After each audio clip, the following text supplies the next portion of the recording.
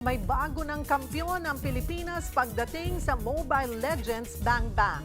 Kilalanin natin sila sa pagbabalita ni Mobile Journal, Amy Atienza. New season, new champions dahil naiuwi ng Team Liquid Philippines ang kampyonato sa MPL Philippines Season 15.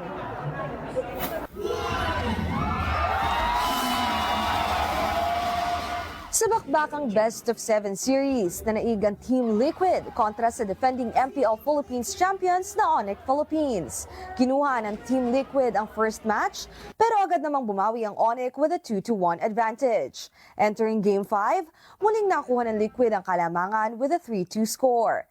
But showing the heart of a champion, pinuwersa pa ng Onyx ang Liquid for a do-or-die Game 7. Para sa hinirang na Finals MVP na si Alston Sanji Pabico, it was an all-or-nothing situation.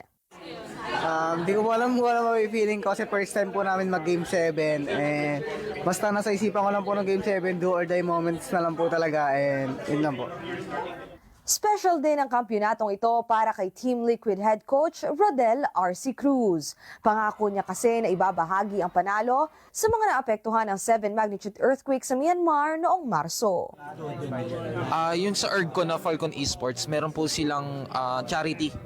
So kapag na-receive ko na rin po yung prize ko, yung 50% po is dadirect ako mag-flight doon, then ibibigay ko po sa kanila ng buo.